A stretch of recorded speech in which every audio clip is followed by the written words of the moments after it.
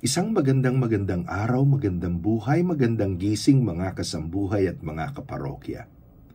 Laudatur Jesus Christus. Purihin po natin ang ating Panginoong Hesukristo.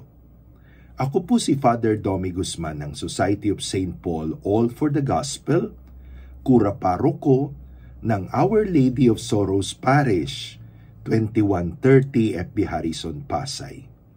Ito po ang sentro ng debosyon at panata kay Inang Maria, Mater Dolorosa de la Pieta, tuwing Martes Dolores, pinaparangalan natin si Maria sa ika-6 sa 7 hapis niya na kung saan kanya pong tinanggap, niyakap, kinalong ang inialay na katawan ni Jesus mula sa krus. Ang parokyang ito ang natatanging parokya rin po ng Society of St. Paul sa mission area ng Pilipinas at Macau. At ito rin po ang ikalawang pinakamatandang parokya dito sa lungsod Pasay sa ilalim ng Archdiocese of Manila. Kumusta na po kayo? Sa araw pong ito, syempre, unang-una nais nating batiin. Ngayon po ay 10 ng Disyembre, ang nagbe-birthday na si Brother Rick Ray ng Mater Dei Marriage Encounter Community at belated anniversary naman kay Apple at Chris Simbulan Newson ng Holy Family Marriage Encounter Apostolate. Ang ating pong gospel for today is Matthew 11:16 to 19, at sa ebanghelyong ito, nililiwanag ng Panginoon unang-una ang kaibahan ng kanyang misyon sa misyon ni Juan Bautista. Parehong pagpapahayag ng Diyos ng mensahe, pero kay Juan Bautista, gumamit ang Diyos ng mabibigat, matitigas na mga salita mula kay Juan upang dalhin ang mga tao sa pagtitika at pagbabalik loob. Kaya nga ang tawag po ng Panginoon sa gawain ni Juan ay dirge, funeral song.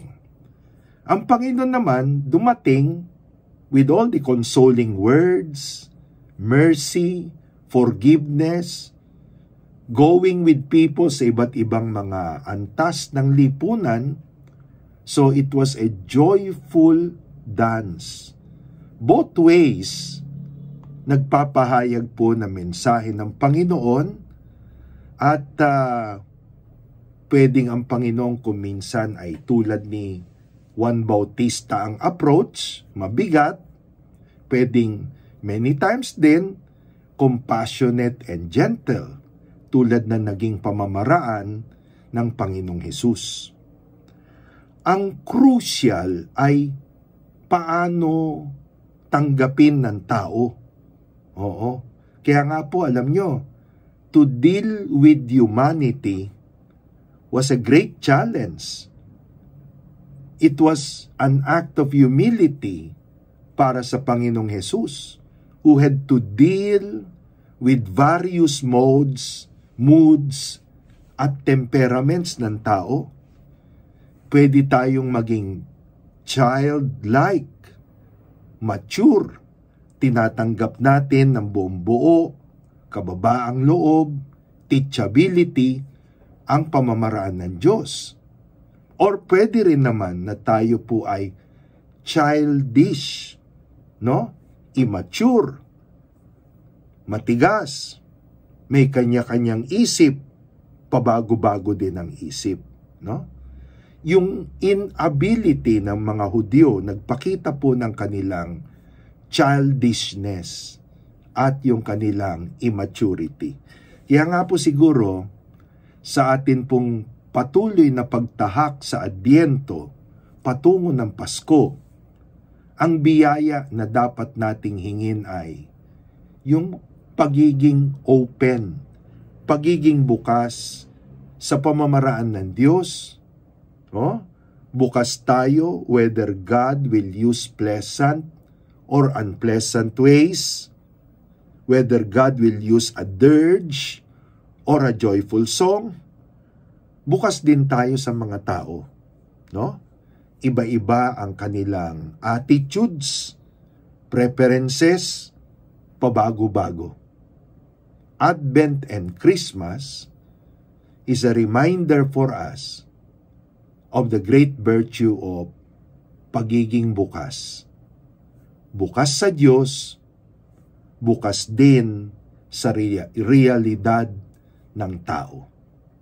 O sana po nakatulong itong atin pong pagninilay sa umagang ito upang magbigay liwanag, magbigay inspirasyon para po sa inyo at paki-like, paki-share, paki-post, paki-repost sa timeline po ninyo, sa timeline ng barkada, sa timeline ng parokya, sa timeline po ng iba't ibang faith-based communities kung saan kayo nabibilang. Mag-evangelize po tayo, ipakilala natin ang YouTube channel na Domi Guzman, Facebook page Pagkagising sa Umaga, at Viber group Pagkagising sa Umaga. O ngayon naman po, hayaan nyo na akin namang batiin ang ating mga online parishioners, and this time it is the turn, unang-una po ng mga taga-OPC, Office Prayer Communities, na kinabibilangan po ng iba't iba maliliit na prayer groups at mass sponsoring groups sa mga workplaces, sa mga iba't ibang tanggapan, private o public. Ang tawag po sa kanila ay OPC, Office Prayer Communities. Sina Nard Xavier, Rose Nocum, Rose Ancheta at ang DBP Prayer Group, no? Si Cora Ainle at mga kasamahan po niya sa RFM Living Bread Community. Ang Central Bank Prayer Group and Mass Group po ni Toto Torres, at sa ADB ang prayer group na kinabibilangan ni Sister Edith Cruz.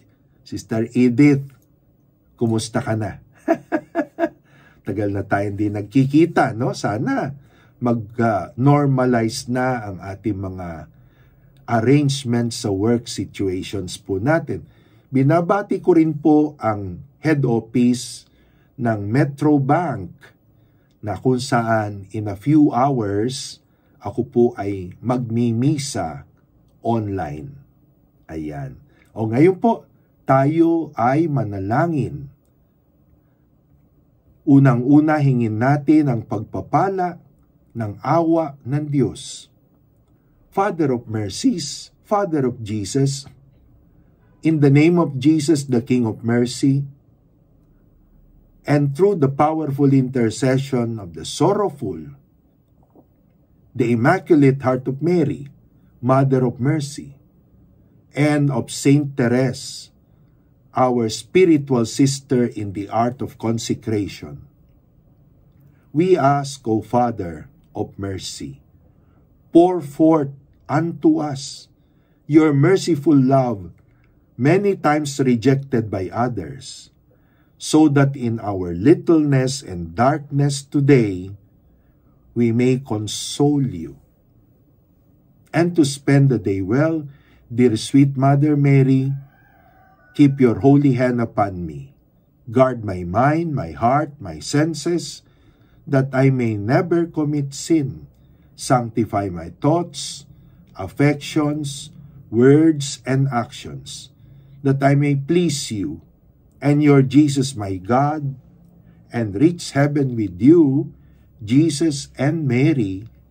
Give me your most holy blessings. In the name of the Father, and of the Son, and of the Holy Spirit. Amen. Alleluia, Maranatha, a happy weekend ahead of us. Stay safe po.